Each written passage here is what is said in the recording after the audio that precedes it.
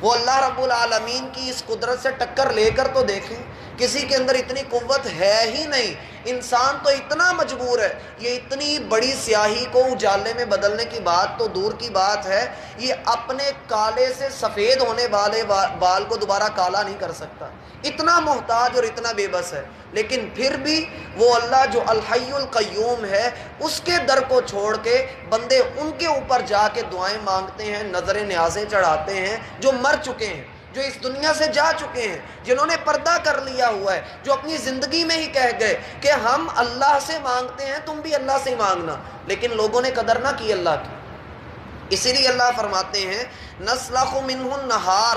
اللہ تو وہ ہے کہ جو رات کو اس کے اوپر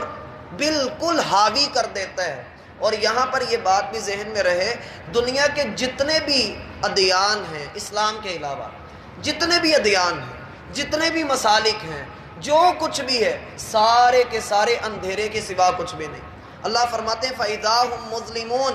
اچانک وہ اندھیرے میں رہ جاتے ہیں، یعنی ساری زندگی اپنے دین کے اوپر تدبر کر کے، محنتیں کر کے، ان کی ترویج کر کے، اشاعت کر کے، آخر پہ آ کر کیا ملتا ہے؟ ککھ بھی نہیں ملتا، اور سارے کے سارے اللہ کے عذاب سے دوچار کر دیے جاتے ہیں۔ یہ اللہ کے احسان ہے ہم سب کے اوپر کہ اللہ نے ہمیں وہ دین عطا کیا ہے جس کے متعلق رسول اللہ صلی اللہ علیہ وسلم فرماتے ہیں کہ اسلام ایک ایسا مذہب ہے کہ لیلھا کا نہاریھا، اس کی رات بھی دن کے اجالے کی طرح روشن ہے،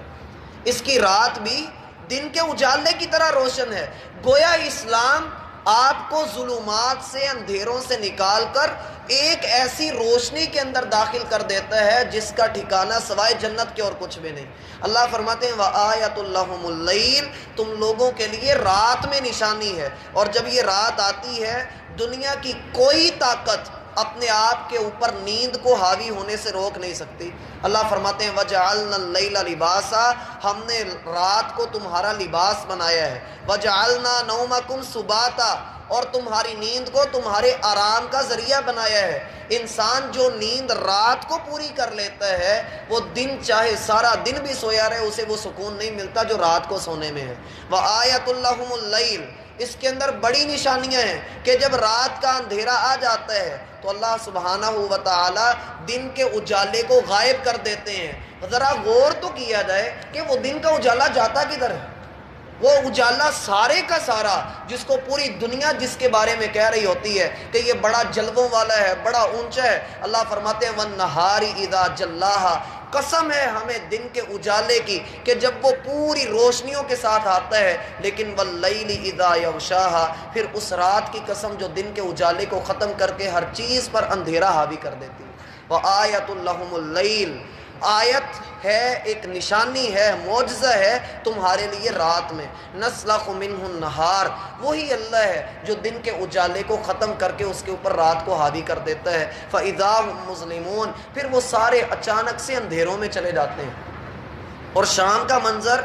ہم نے اکثر دیکھا ہے، ہم روز ہی دیکھتے ہیں، کیا ہوتا ہے کہ عصر کے بعد تو وقت گزرنے کا پتہ ہی نہیں چلتا، اور جس قدر تیزی سے اندھیرا چھا رہا ہوتا ہے، یہ اصل میں وہ بات ہے فَإِذَا هُمْ مُظْلِمُونَ، اچانک ہی وہ اندھیروں کے اندر آ جاتے ہیں۔ کبھی بندہ اپنے گھر کے پچھلے کمرے میں گھس کر بیٹھا ہو، اسے پتہ نہیں لگتا کہ وقت کتنی تیزی سے گزر رہا ہے۔ مثلا وہ عصر کے بعد اپنے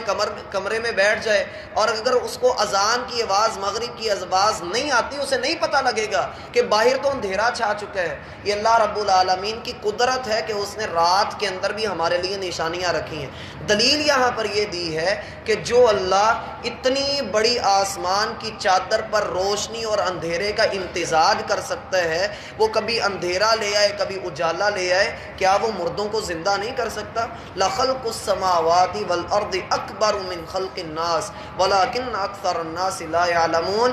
لوگوں کی نسبت آسمان اور زمین کو بنانا زیادہ بڑا کام ہے، لیکن پھر بھی انسان مانتا نہیں ہے کہ اللہ مجھے دوبارہ زندہ کر لے گا۔ پھر اس کے اندر میرا بھائی ایک اور دلیل بھی ہے جو لطیف نقطہ یہاں پر نکلتا ہے کہ تمہارے لیے نشانی ہے رات میں۔ رات اندھیرے کی نشانی ہے، رات کو اندھیرا ہوتا ہے، اور اندھیرا گمراہی کی علامت ہے، کہ تمہارے لیے گمراہی کے اندر بھی اللہ نے نشانی رکھی ہے کیا؟ کہ جو بندہ گمراہیوں کے اندر ہوتا ہے اسے دن کا اجالا بھی نظر نہیں آتا، وہ اپنی آنکھیں دن کے وقت بھی بند کر کے کہتا ہے جی رات ہی ہوئی ہے، جیسے مشرک کی مت ماری ہوئی ہوتی ہے، آپ اسے لاکھ دلیلیں بھی دیں لیکن وہ پھر بھی یہی کہتا ہے نہیں جی ہمارے جو ہیں نا بس وہی ہیں سارے، جبکہ اللہ رب العالمین کے ہاں بات ہوتی ہے ایک کی، ایک کے علاوہ کسی کی بھی بات کریں گے تو آپ توحید کے اوپر قائم نہیں رہے۔ جو پچھلی آیت میں اللہ رب العالمین نے فرمایا نہ تو اللہ کے جیسا کوئی ہے، نہ اللہ کے مخالف کوئی ہے، اور نہ ہی اللہ رب العالمین کا مادہ کوئی موجود ہے،